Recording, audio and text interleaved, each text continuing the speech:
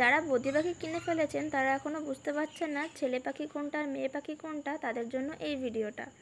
তো এই জিনিসটা বিশেষ করে মনে রাখতে হবে যে যে পাখিটার নাক নীল হবে সে হবে ছেলে পাখি, আর যে পাখিটার নাক সাদা হবে সে হবে মেয়ে পাখি। ডিম দেওয়ার অবস্থায় যে মেয়ে পাখিটা ডিমের উপর বসে থাকবে সেই তার কি হয়, নাকটা অনেক সময় ব্রাউন কালারের হয়ে যায়। তো কোনো কোনো মেয়ে পাখিদের হয়, কোনো কোনো মেয়ে পাখিদের হয়নি। তো আমার এই পাখিটা যে মেয়ে পাখি যার নাক সাদা তার এখনও ব্রাউন কালার হয়নি, তার নাক এখনও সাদা হয়ে আছে।